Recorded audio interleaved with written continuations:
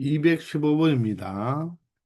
자, 연속 함수 fx가 다음 모든 실수 x에 대하여 fx 이꼴 f-x를 만족해 준다고 했죠. 자, 이거 무엇이죠? 자, 마이너스 x인데 x와 함수값이 똑같다는 거죠. x 값과 마이너스 x에 대한 함수값이 똑같다는 말이니까 이 마이너스가 깜짝같이 사라졌다고 했죠. 따라서 이 fx는 y축 대칭이죠. y축 대칭 함수가 되고 그런 함수를 우리가 예전에는 뭐라고 한다고 했죠? 바로 y축 대칭 우함수라고 이야기를 했습니다. 아시겠나요? 그래서 이 우함수 y축 대칭에 대한 이 우함수 이 식을 꼭 여러분들이 알고 있어야 되겠죠. 자, 그러면 원점 대칭 기함수는 어떻게 표현합니까? f-x와 바로 fx는 함수값이 어떻다? 바로 절대값은 같고 부호는 반대다. 즉 마이너스가 이 f로 뚫고 나왔죠. 이게 바로 원점 대칭 기함수를 의미한다고 했습니다. 자, 이 함수 방정식은 앞으로 여러분들 많이 나오니까 꼭 두 개를 모두 다 기억하고 있기를 바랍니다. 자, 그런데 F1과 F2의 함수값이 곱이 음수래요. 자, 그러면 예를 들어서 1에 대한 함수값이 양수고 1에 대한 함수값이 양수라면 2에 대한 함수값은 무엇이 되어야 된다? 음수가 되어야 된다는 뜻이겠죠. 이해가 되나요? 물론 1에 대한 함수값이 음수면 바로 2에 대한 함수값은 바로 무엇이 된다? 양수가 되어줘야 되겠죠. 이번에는 F3과 F4는 어떻습니까? F3과 F4는 자, 또 서로 부호가 어떻습니까? 다르죠. 자, 그러면 우리가 F3이 만약에 이게 양수라면 바로 얘는 뭐가 된다? 음수가 줘야 된다는 거죠. 그런데 무엇일 때? 바로 F3이 음수일 때는 바로 F4는 양수라고 말을 해줘야 된다는 것입니다. 자, 그러면 이 방정식 fx는 적어도 몇 개의 실근을 갖는지 물어봤습니다. 자, 이 방정식의 실근을 무엇으로 해석할 수 있다? 우변을 0으로 만들어 두었기 때문에 사이값 정리를 쓸 수가 있겠죠. 바로 연속 함수니까 사이값 정리를 쓸 수 있고 바로 그 방정식의 실근을 그래프에 바로 교점의 바로 x좌표 개수로 생각할 수가 있다는 것입니다. 누구와의 교점이죠? 바로 X축과와의 교점이 될 것입니다. 그러면 연속 함수이기 때문에 1과 2 사이에서도 연속이면서 그 함수값이 다르기 때문에 부호가 다르기 때문에 적어도 하나의 실근은 꼭 가진다는 것입니다. 맞나요? 그리고 3과 4 사이더라도 적어도 하나의 실근은 꼭 가진다는 거죠. 맞나요? 자, 그런데 그러면 2와 3 사이는 어떻습니까? 만약에 이 2에서의 함수값이 음수고 3에서의 함수값이 양수라면 얘는 적어도 하나의 실근을 꼭 가질 수가 있겠죠. 그런데 우리가 이 2와 3에 대한 어떤 함수값의 비교는 없잖아요. 자, 그렇기 때문에 2의 함수값이 음수고 2의 함수값이 음수고 만약에 이 여기에서 선생님이 3에서 함수값이 음수고 4에서 함수값이 양수라면 이렇게 해서 3과 4에서는 하나의 실근을 가지지만 2와 3 사이에서는 실근을 가지지 않을 수도 있겠죠. 따라서 2와 3 사이에서는 이 조건만 가지고는 반드시 실근이 있다고 보장할 수가 없는 거죠. 즉 F2와 F3의 곱에 이 부호가 나와야지만 2와 3에서 실근이 존재하는지 안 하는지를 알 수가 있다는 것입니다. 그러므로 우리가 섣불리 이렇게 그래프를 이렇게 여러분들이 생각을 하고 나서 자 그러면 3과 4 사이에도 하나가 생기니까 자 2와 3 사이에서도 하나가 생긴다고 단정을 지으면 안 된다는 거예요. 자 3이 음수고 4일 때가 양수라면 이렇게 그래프가 지나서 교점이 하나 발생할 수가 있기 때문에 그러면 2와 3 사이는 교점이 발생한다고 X축과의 교점이 발생한다고 말을 할 수가 없다는 거죠. 아시겠나요? 따라서 1과 2 사이에서 적어도 하나의 실근을 갖고 3과 4 사이에서도 적어도 하나의 실근을 갖는다고 말을 할 수가 있죠. 그럼 나머지 다른 것 0과 1 사이나 4 이상 그리고 2와 3 사이에서는 실근이 발생하는지 안 하는지는 이 조건 두 개로만은 알 수가 없다는 것입니다. 자, 이렇게 해서 답을 두 개의 교점이 생긴다고 해서 실근을 두 개라고 하면 안 되죠. 여기에 y축 대칭 우함수라고 했기 때문에 자, 마찬가지로 마이너스 1과 마이너스 2도 어떻게 되겠습니까?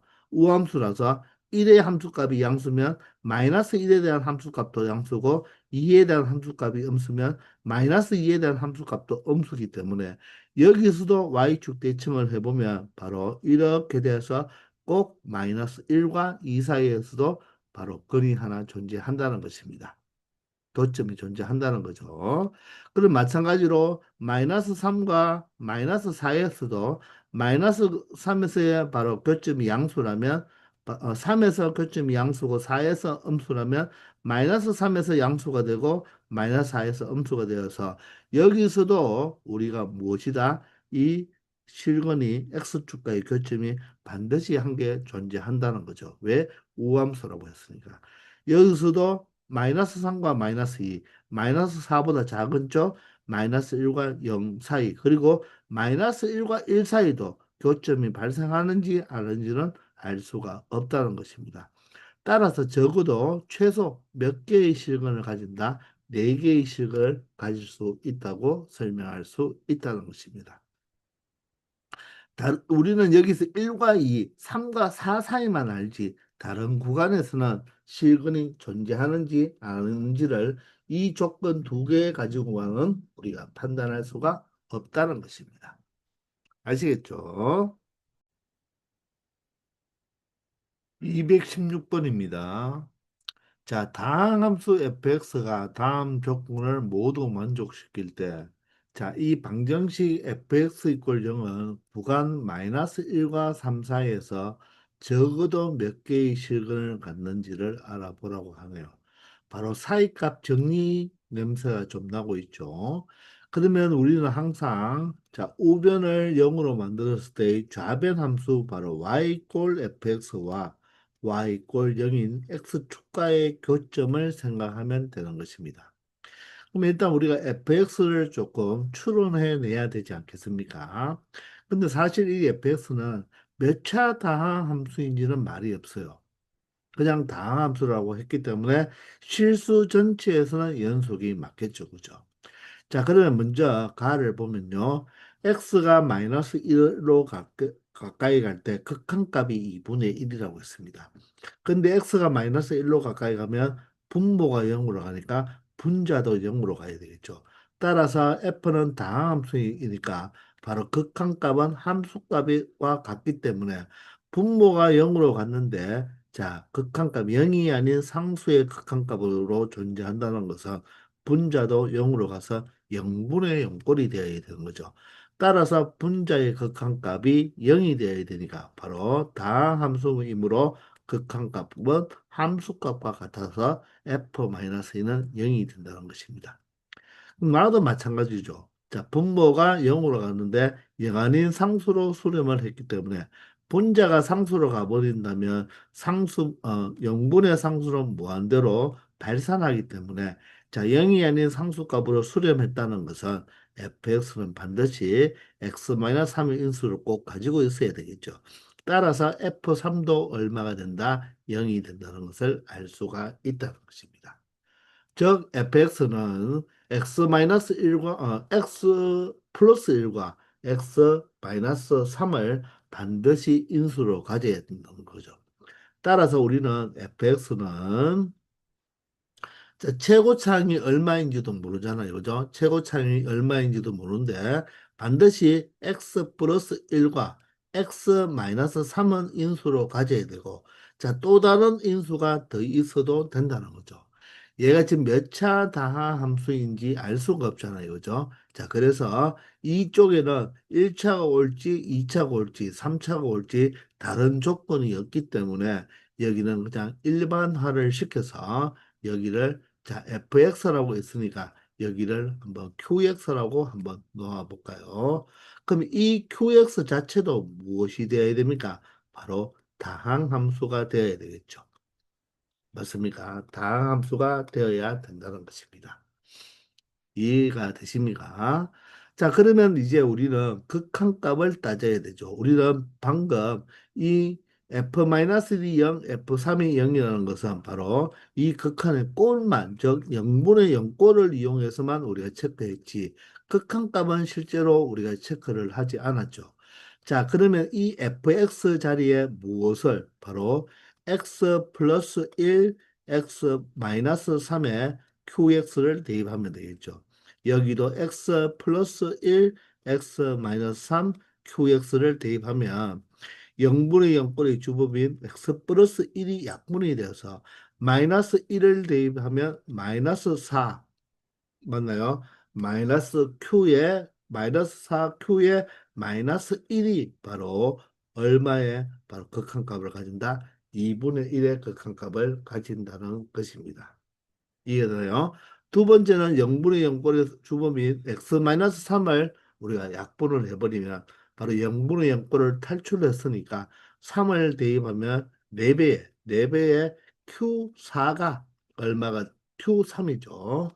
4배의 q3이 바로 무엇? 2분의 1의 값을 가진다는 것을 알 수가 있겠습니다. 아시겠습니까? 자, 따라서 Q의 마이너스 1은 얼마가 된다? 양변을 마이너스 4로 나누어 주면 마이너스 8분의 1의 값을 가지고 Q3은 바로 뭐가 된다? 바로 8분의 1의 값을 가진다는 것을 알 수가 있겠죠. 자, 그런데 우리가 실제적으로는 y 꼴 fx와 y 꼴 0이잖아요. 그죠? 그러면 이 fx와 y 꼴 0과의 바로 실근을 따져주는 건데, 자, 이 fx는 자, 닫힌 구간 얼마에서? 바로 마이너스 1과 3에서는 연속이겠죠. 왜? 다함수니까 100% 연속입니다. 근데 열린 공간에서 적어도 몇 개의 실근을 가지는지 물어봤으니까 열린 구간만 생각한다면 x는 절대로 마이너스 1도 아니고 x는 절대로 3도 아니니까 마이너스 1과 3은 근에서 제외를 시켜줘야 되겠죠. 닫힌 구간이 아니고 열린 구간에서 실근을 찾기 때문에 따라서 여기서 바로 이 방정식의 해를 찾는다는 것은 x의 근이 마이너스 1과 3은 아니므로 양변을 x 플러스 1, x 마이너스 3으로 양변을 나누어 준다면 결론적으로 gx가 바로 0이 되는 바로 실근을 찾아주는 거와 똑같다는 거죠. 근데 단 조건은 어디에서? 마이너스 1과 3 사이에서 찾아주는 거니까 gx 또한 마이너스 1과 3 사이에서는 다항함수이므로 gx 또한 바로 마이너스 1과 3에서는 연속이 되죠. 그러면 우리는 이제 fx 그래프를 보는 것이 아니라 y 꼴 gx와 y 꼴 0과의 바로 교점을 찾아주면 된다는 것입니다.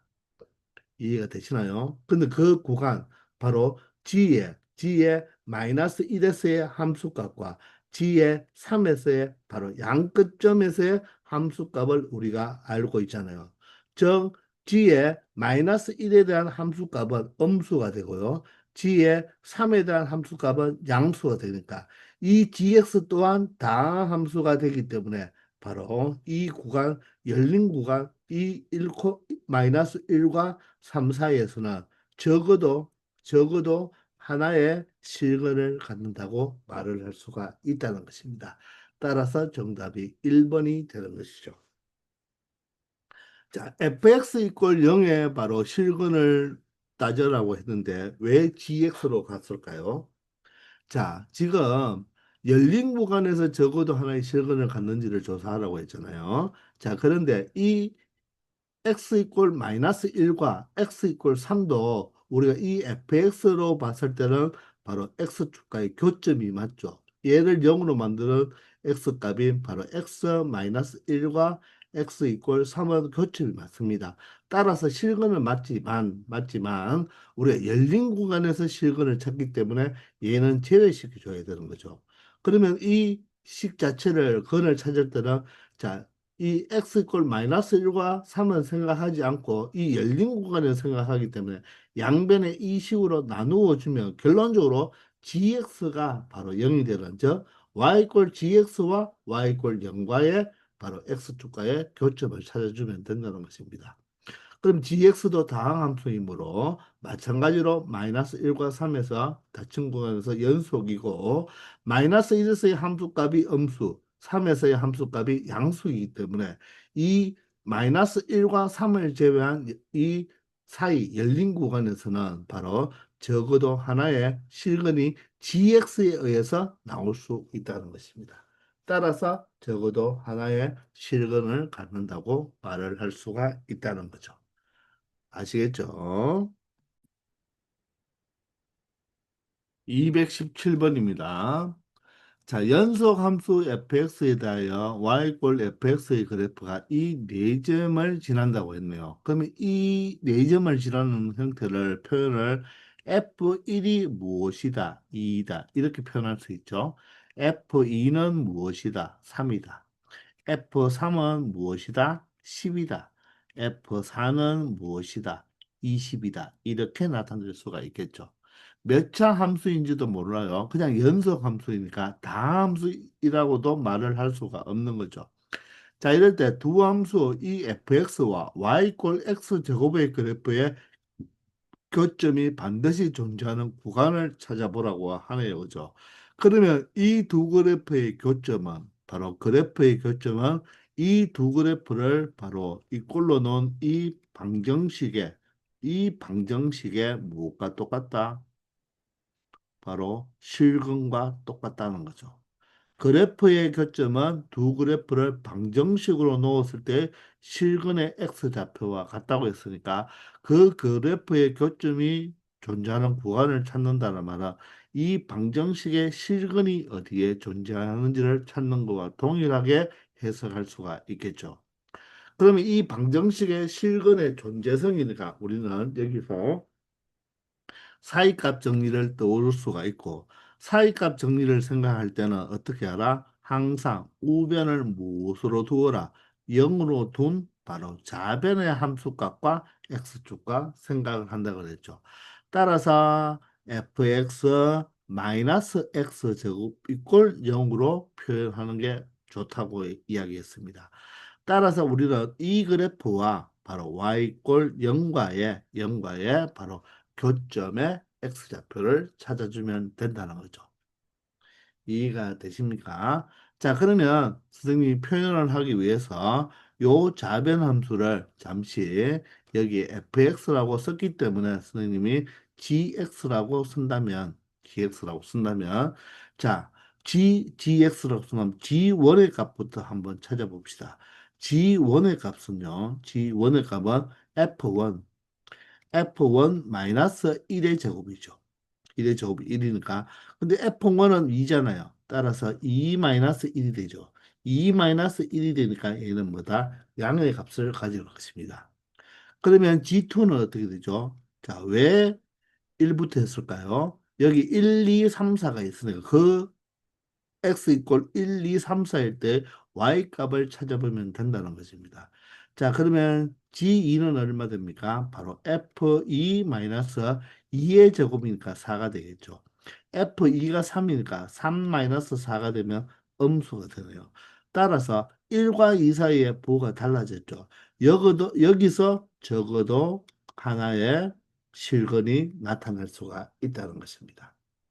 자, 마찬가지로 G3을 구하면요. G3을 구하면 F3에서 마이너스 3의 제곱이니까 9를 빼면 되겠죠. 3은 10이니까 10 마이너스 1이니까 얘도 양수죠. 그럼 마찬가지로 음에서 양으로 바뀌었으니까 여기서도 적어도 하나의 실근을 가진다고 말을 할 수가 있겠죠. 그러면 G4는 어떻게 되겠습니까? 4는 F4 마이너스 16이 되고 F4가 20이니까 20 마이너스 16은 4가 되어서 양수죠. 그럼 양수에서 양수로 바뀌었으니까 여기서는 하나의 실근을 가진다고 말을 할 수가 없다는 것입니다. 아시겠나요? 자, 따라서 이 두 그래프의 교점이 반드시 존재하는 것은 바로 이 함수는 연속 함수이기 때문에 바로 무엇에 의하여 사이값 정리에 의하여 1, 2 사이에서 적어도 하나의 실근을 가질 수도 있고 2와 3 사이에서도 적어도 하나의 실근을 가질 수 있으니까 니은 디귿이 바로 교점이 발생할 수 있는 구간이 될 수가 있다는 것입니다. 자, 3과 4는 우리가 양수, 경계값이 양수니까 자, 실근이 존재한다고 말을 할 수가 없죠. 물론 할 수도 있지만 반드시 존재한다고는 말을 못 하잖아요. 그죠? 자, 그리고 마이너스 무한대와 플러스 무한대로 갈 때는 어디로 우리가 이 값을 향하는지 정확하게 또 알 수도 없죠. 따라서 마이너스 무한대에서 1이 비록 양수지만, 1이 비록 양수의 값을 가지지만 이 마이너스 무한대로 갈 때 이 그래프가 바로 음수로 마이너스 y 값이 마이너스 무한대로 음수로 우리가 극한값을 취하고 있다면 또 x축과의 교점이 발생할 수도 있겠지만 자 무한대로 갈 때는 어디로 가는지 양의 무한대로 발생하는지 음의 무한대로 발생하는지를 알 수가 이 점 4개 가지고는 알 수는 없기 때문에 바로 교점이 발생하는 곳을 바로 구간 1, 2와 구간 2, 3 사이에는 반드시 존재한다고 말을 할 수 있겠습니다.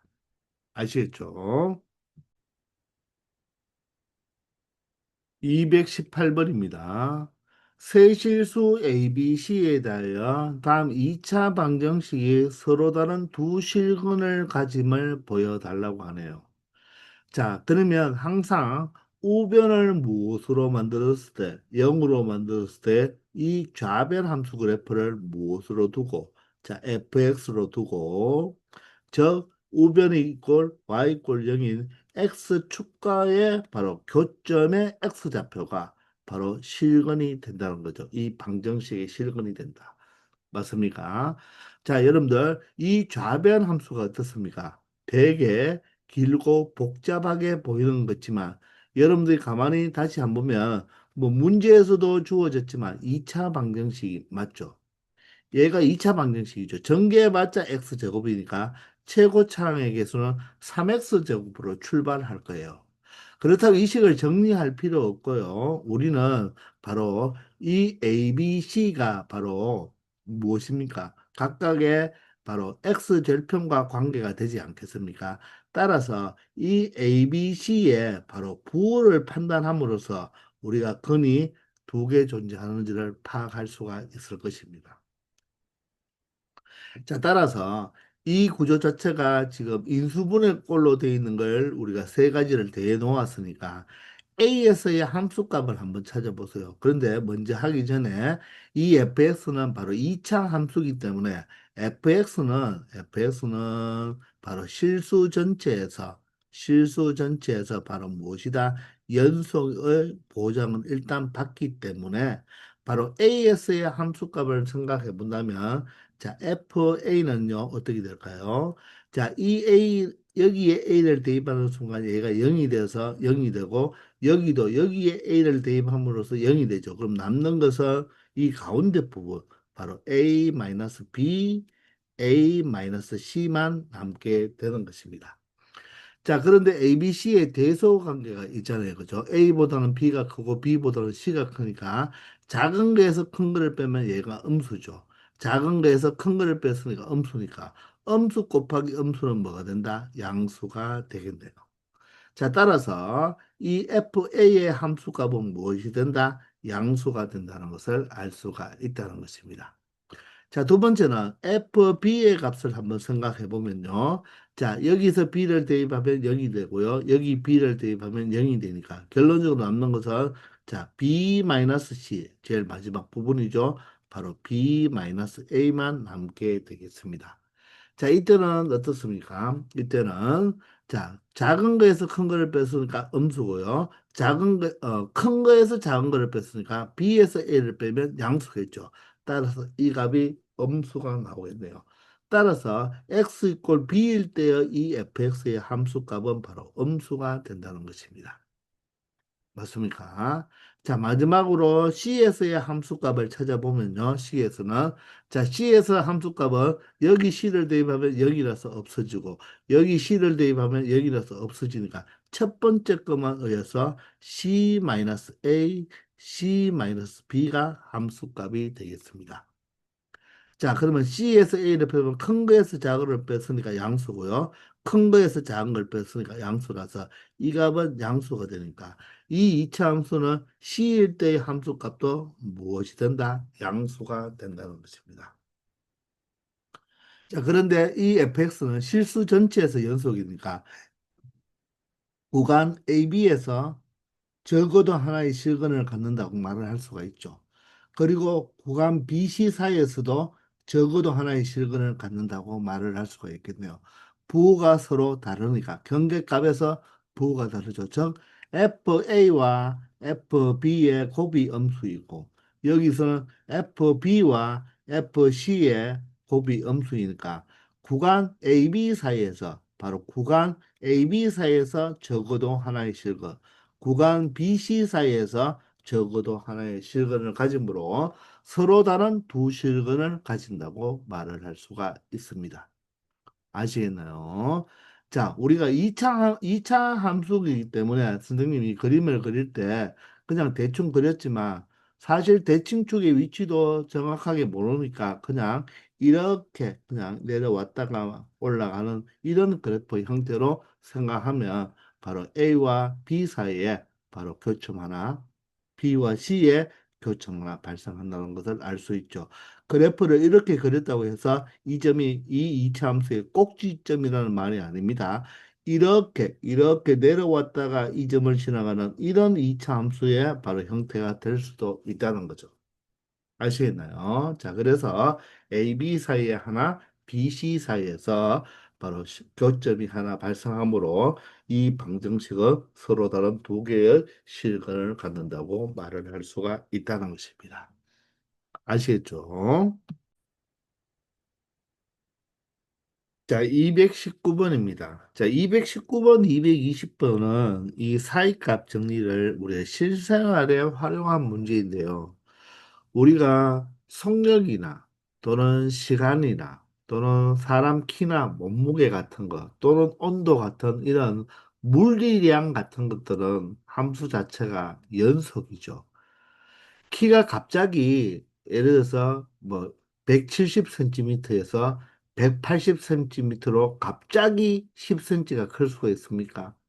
그 사이에는 계속 170에서 180까지 꾸준히 커지는 거죠. 그죠? 그렇기 때문에 물리량은 항상 연속이에요. 그런데 우리가 대표적으로 연속이 아닌 게 우리가 알 수 있는 게 점수죠. 이번 중간고사에 내가 80점을 맞았어요. 그러면 다음 기말고사에는 90점을 맞았다면 그 점수는 80점에서 90점으로 그냥 껑충 뛰어는 거죠. 그게 점점 시간에 따라서 변함으로써 이 80에서 90으로 간 게 아니죠. 그런 것들은 연속이라고 안 하고 이산이라고 합니다. 우리 이산가족 들어봤죠? 이산가족. 그래서 그런 변수는, 그런 함수는 이산 바로 함수라고 이야기해요. 뚝뚝 떨어져 있다고. 그러니까 우리가 대표적으로 물리에서 배우는 이런 속력, 온도, 맞죠? 또 가속도, 맞죠? 속도 같은 거, 그리고 키, 온도 이런 것들은 다 연속 함수가 되는 거예요. 그것을 바탕으로 사이값 정리에 관한 문제이니까 바로 이 속력도 바로 연속 함수의 일종이라는 것입니다. 자, 그러면 어느 버스가 A 정류장에서 출발한다고 했습니다. 출발하면 자, 속력이 0에서부터 시작하겠죠. 그래서 B 정류장에 다시 멈춘 다음에 다시 출발하여 또 C 정류장에 도착하였다고 합니다. 근데 이 버스가 A 정류장에서 B 정류장까지 갈 때와 B 정류장에서 C 정류장 갈 때의 최고 속력이 60km per hour. 바로 이 속력이 60이라는 것입니다. 이럴 때 A와 C 정류장을 갈 때까지 속력이 20이 되는 순간은 적어도 몇 번이 있었겠는가를 물어보는 거죠. 자, 그러면 선생님이 수직선을 하나 그려 놓았는데, 자, 여기가 A 정류장이고, 여기가 B 정류장이고 여기가 C 정류장입니다. 자, 그런데 버스는 항상 정류장에서 멈춘 다음에 다시 출발한다고 했어요. 그럼 현재 버스가 이 A 정류장에 있는데 A 정류장에서 지금 버스가 출발할 때 속력을 그래프로 한번 나타내 본다면 최고 속력이 60이 된다고 했으니까 자, 처음부터 바로 60으로 갈 수는 없잖아요. 0에서 출발, 0의 속력을 가지고 멈춰 있으니까 0이잖아요, 속력이. 그래서 60이 되었다가 B 정류장에서 다시 멈춘다고 했습니다. 그러면 A와 B 사이 어디에서 최고 속력 60이 나왔는지 모르겠지만 하여간 이 구간 사이에서는 바로 60km per hour가 한 번은 나온다는 거겠죠. 두 번 나올 수도 있고 세 번 나올 수도 있는 거죠. 그죠? 한 번은 꼭 나와야 된다는 것입니다.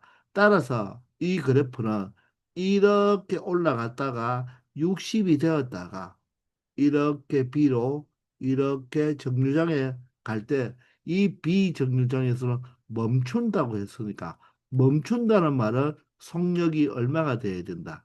0이 되어야 된다는 거죠. 이해가 되시나요?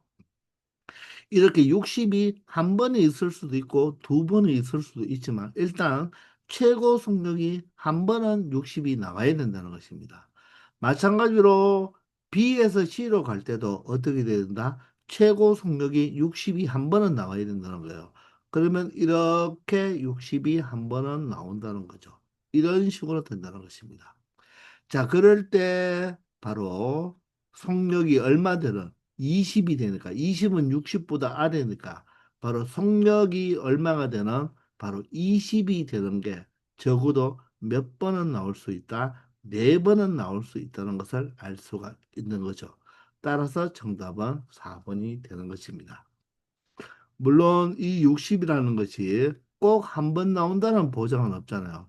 때에서 두 번 나올 수도 있고 이런 식으로 갈 수도 있죠. 60이 됐다가 조금 내려왔다가 또 약간 올라갔다가 이런 식으로 이렇게 B에 도착을 할 수가 있겠죠. 그렇게 된다면 교점이 몇 개 나옵니까?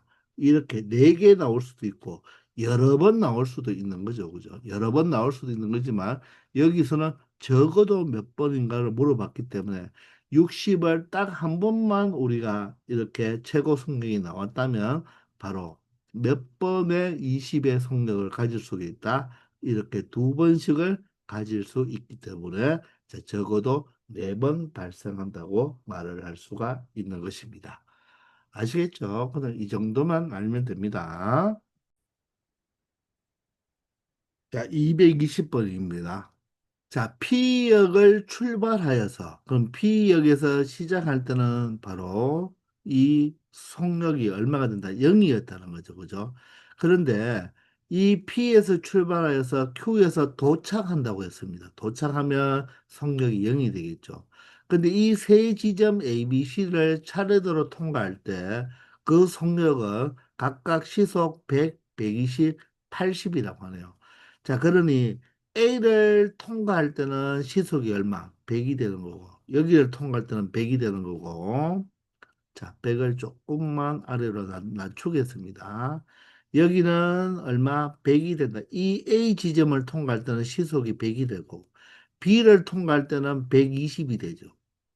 그리고 C를 통과할 때는 얼마가 된다? 80이 된다고 합니다. 자, 그럴 때 다음 주 각 구간에서의 기차의 속력에 대한 설명으로 항상 옳은 것을 물어보죠. 그죠? 자, 이럴 때 AB 사이를 1번이죠. AB에서는 시속이 112인 지점이 적어도 두 곳이 있었다. 이렇게 나오죠. AB 사이는 적어도 112 두 곳이 있겠습니까? 자, 100에서 120. A를 통과할 때는 100이고 B를 통과할 때는 120이니까 자, P에서 A까지 통과할 때 어떻게 이렇게 속력이 변할지는 모르겠지만 이렇게 A를 통과할 때는 100이었다는 거예요. 그럼 B를 통과할 때도 무엇입니까? B를 통과할 때도 우리가 이렇게 100에서 이렇게 갔다가 B를 통과할 때는 120으로 통과할 수 있겠죠. 그러면 100과 120 사이에서는 110이 여러 번 나올 수도 있겠지만 적어도 두 곳이 있었다 이렇게 나왔는데 사실은 여기서 우리가 그냥 이렇게 100에서 120을 그대로 점점점 이렇게 커지면서 올라갔다면 110이 되는 곳은 한 곳에서만 나올 수도 있겠죠. 그렇기 때문에 적어도 두 곳이라고 말을 하면 안 되는 거예요. 적어도 한 곳 이상이죠. 한 곳이 나올 수도 있고 두세 군데, 열 군데가 나올 수도 있겠죠. 120, 110을, 110인 지점을, 110인 지점이 예를 들어서 이렇게 해서 120을 통과했을 때 여기가 110이라면 이렇게 몇 군데서 이렇게 다섯 군데에서도 110이 나올 수는 있다는 것입니다. 그런데 만약에 120으로 B를 통과할 때 그냥 이렇게 100에서 120으로 점점 올라가면서 이렇게 120으로 통과했다면 110과 만나는 점은 오직 한 군데가 나올 수가 있겠죠. 따라서 적어도 두 곳이라고 하면 안 되고 적어도 한 곳이 있었다. 이렇게 이야기를 해야 되는 것입니다. 아시겠나요? 자, 그러면 구간 AB에서는 시속 130인 지점이 적어도 한 곳이 있다고 했는데 조금 전에 설명했지만 100에서 120으로 점점점 올라갔다면 130은 발생하지 않을 수도 있겠죠. 물론 100에서 아주 빠르게 갔다가 이쪽에 통과할 때 120이었다면 130이 나오는 구간도 있을 수가 있지만 반드시 적어도 한 곳이 있었다고는 말할 수 없는 것입니다. 즉, 존재하지 않을 수도 있다는 거예요. 이해가 되시나요? 이번에는 BC 구간인데요. B와 C 구간에는 90 지점이 적어도 두 곳이 있다. 자, B는 최고가 120이고 C는 80이면 그대로 이렇게 내려왔을 때 90이라는 것은 딱 한 군데만 존재할 수도 있겠죠. 그러니까 90이 시속 90이 되는 지점은 두 곳이 아니라 적어도 한 곳이 있다 이렇게 이야기를 해야 되고요. 그리고 110인 지점도 마찬가지로 몇 곳이 있다고 말을 해야 된다. 한 곳이 있다고 이야기를 해야 되는 것이죠. 두 곳이라고 하면 안 되는 것입니다. 자, 그런데 5번은 보니까 A에서 C 구간입니다. A에서 C예요. A에서는 100이고요. 이 부분을 다시 좀 지워볼게요. A에서는 100이고 C에서는 80이잖아요. 그죠? 그러면 그냥 자연스럽게 한번 증가했다가 그냥 내려오기만 해도 여기서 110이 되는 곳은 적어도 몇 군데는 나올 수가 있다. 두 군데는 나올 수가 있다는 거죠. 그래서 적어도 두 곳이 있다는 말은 참이 되는 것입니다. 아시겠죠? 그래서 이런 문제를 생각할 때는 그냥 이렇게 바로 다이렉트로 가는 이런 증가, 감소 형태만 생각하면 쉽게 처리할 수가 있다는 것입니다.